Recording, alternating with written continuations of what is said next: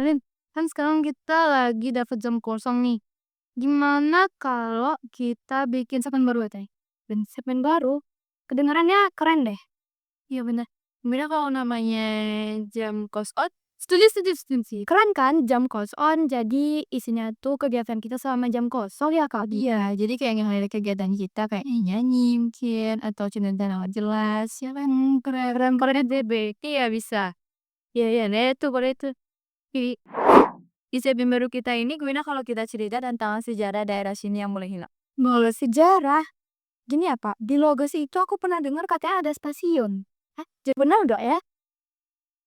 Oh iya nih di Morologas. Kamu udah pernah klik sana belum Sili? Belum. Aku juga belum. Tapi dengar-dengar ya, katanya di dekat SD 31 itu loh. Iya, itu benar Kak. Iya sih. Di sini sih katanya di Muaro Sijunjung ada pada ketinggian kurang lebih 153 meter. Lokasinya di paling timur wilayah ACTV 2 Sumatera Barat. Itu gue baru dengar sih stasiun ini. Berarti benar ya di Muaro Sijunjung ini ada stasiun. Stasiun ini udah berdiri sejak 1 Maret 1924. Udah lama banget ya. Lama banget tau.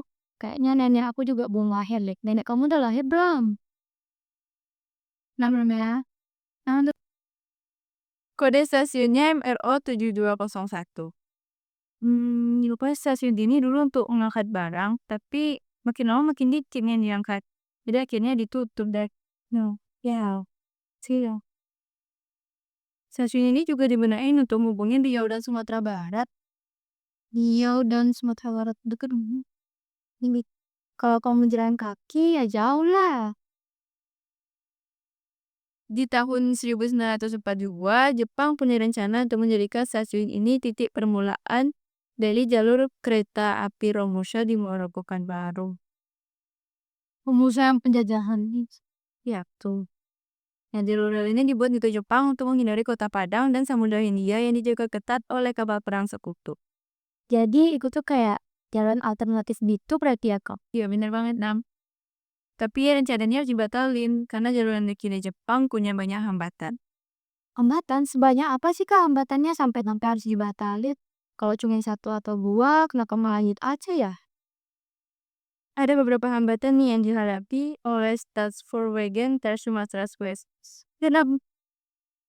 Sumpah? Udah dengerin dulu kalau kamu mau dulu. Ya apa gitu? Stadspoorwegen ter Sumatera West Coast. Oh bisa banget ya namanya sus. Kalian tahu nggak gitu apa? Oh itu tuh salah satu divisi dari Stadspoorwegen yang mengoperasikan kereta api di Sumatera Barat. Oh jadi namanya tadi Stadspoorwegen dari Sumatera West Coast ya Kak? Iya betul banget Nam. Berarti Stadspoorwegen sih? Apa ya? Terus saya KAI gitu ya berarti ya? Nggak mungkin. Mungkin gitu sih. Kan itu udah lama nih. Jadi lanjut aja ya. Tadi kita ngomongin apa ya? Oh, hambatan. Iya, hambatannya. Hambatan yang dilewatinya itu eh, tekstur tanah yang sepenuhnya rawa dan sangat labil. Karena kekerayap, jadi rencana untuk menjadikan stasiun ini menjadi jalur kereta api Romusha akhirnya menjadi tak terurus dan dibatalkan. Terus ditinggalin gitu aja Kak tiba-tiba. Stasiun ini sempat dioperasikan beberapa kali untuk mengangkat tahanan perang, tetapi para tahanan itu kebanyakan meninggal, tidak hanya karena kelaparan, tapi juga karena penyakit seperti penyakit malaria, disetri, dan peladra. Kasihan banget ya para tahanannya. Mereka harus meninggal sementara diangkut pakai kereta itu. Iya, benar banget. Oh ya, for your information guys. Walaupun stasiun ini digunain sama Jepang untuk keperluan mereka, tapi stasiun ini dibangun oleh pemerintah Belanda dengan tujuan mempermudah pengangkutan hasil bumi, khususnya kopi. Berarti setelah ditinggalin Jepang, stasiun ini digunain sama Belanda ya, Kak? Bukan gitu, Nam. Jadi stasiun ini dibangun sama Belanda dulu, terus baru dilanjutin deh pemakaiannya sama Jepang. Oh alah, berarti kebalik ya, Kak? Iya. Nah, kalian tahu nggak guys? Di sini katanya stasiun ini masih ada gerbong yang tersisa loh. Di kiri stasiun ini masih ada 2 bekas gerbong kereta api yang digunakan penduduk sebagai ruangan yang disambungkan dengan bangunan Batam Permanen. Berarti kita masih bisa lihat stasiunnya dong Kak Rute sekarang? Nih, bisa sih harusin cuman beberapa dan udah nggak layak masih Kak. Bisa benar sih. Posisi gerbong tersebut ada di tengah pembangunan yang membuat bentuknya menjadi unik. Kayak aku pernah dengar tuh ya bangunannya. Aku juga. Sebenarnya kalau lain kali kita ke Satante. Kamu mau ikut dari? Kok dari tadi diam aja? Enggak. Kenapa? Gue tadi suruh diam. Ya nggak gitu juga ya konsepnya. Ya Kakak. Ya nanya boleh. Kok dong. Lanjut. Hmm. Oh, kalian tahu nggak? Kakak di jalur ini kadang disebut sebagai jalur maut. Jalur maut serem banget panggilannya. Ju. Karena jalur ini dibangun oleh para tawanan perang yang dipaksa kerja. Dan tentu selama pembangunan ini terjadi, banyak sekali para tawanan yang meninggal saat dipaksa kerja. Puluhan ribu mayat dikubur di sepanjang jalan rel di belantara Sumatera, tetapi ada pula yang dilempar ke Sungai Kuantan. Hal ini menyebabkan Kuantannya apa cocok betul? gitu ya. I, ya itu. Cuma sekarang yang nggak ada mayatnya lagi Meli. Iya sih. Katanya itu bobot dari bau bangkai yang menyengat sampai bau itu masih kecium 1 bulan. Berarti surveinya waktu itu pernah dipenuhi sama mayat-mayat gak sih Kak? Serem banget, gini bener. Kalau sekarang nggak, Ya enggak ya Rika. kematian yang tak layak, pengorbanan yang sia-sia, harapan yang tak kunjung datang membuat para pekerja Romusa menyerah akan harapan ada yang akan menolong mereka. Peralatan yang digunakan untuk membuat stasiun tersebut juga sangat seadanya, kayak beliung sama sekop. Duh, kasihan banget ya mereka. Aku nggak bisa bayangin deh kalau kita ada di posisi mereka saat itu. Mereka nggak bisa melawan, tapi mereka juga kesiksa banget ya Kak. Iya bener banget, Nam.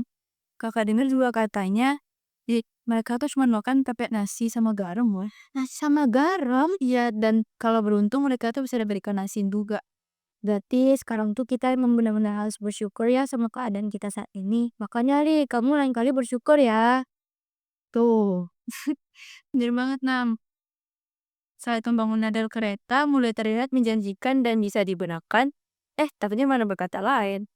Jepang mengalami pengaruh besar-besaran setelah pengoboman Hiroshima dan Nagasaki.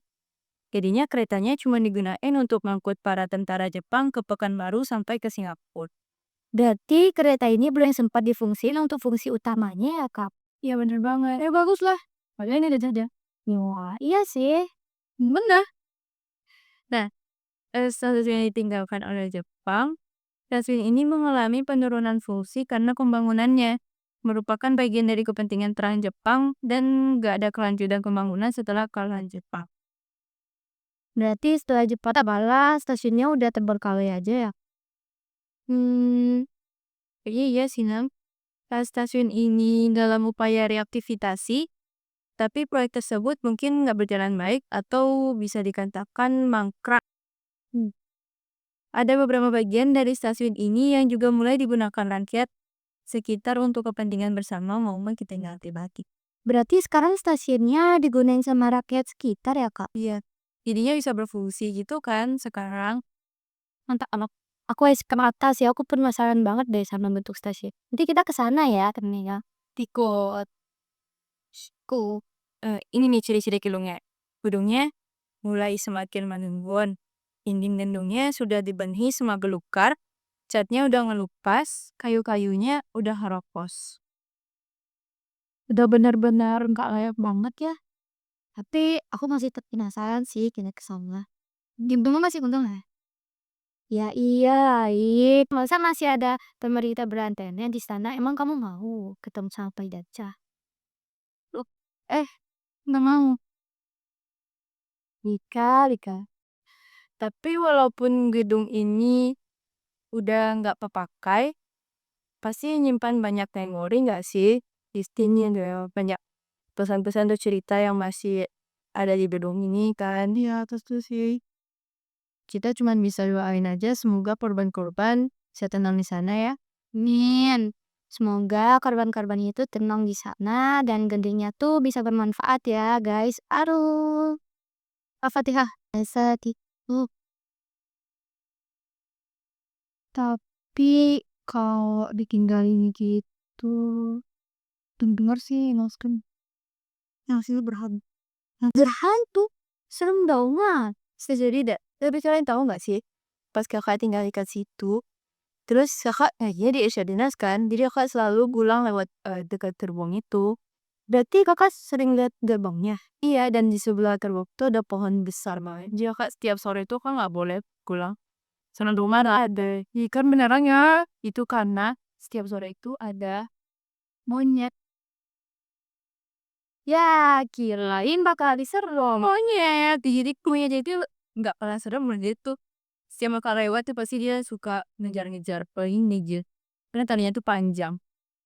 Katanya monyetnya sekarang udah nggak ada sih. Ya, kasihan monyetnya. Jadi kita mungkin bisa survei ke tempatnya kan. Iya, langsung ngeliat. Berarti kita harus pergi ke sana nih, nggak seberang kali nggak.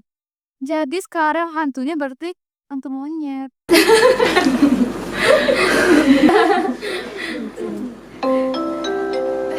Dulu langsung tuh dia udah masuk, udah habis dong demosanya. Oke, kita lanjut di jam kosan selanjutnya ya. Iya. Terus hari lebih seru nih Kak dari episode yang ini, jam kosan selanjutnya. Jadi kalau ini kita bahas yang horor-horor guys. Jangan lupa ya nanti pulang sekolah kita survei tempatnya. Dadah, kakak langsung. Bye.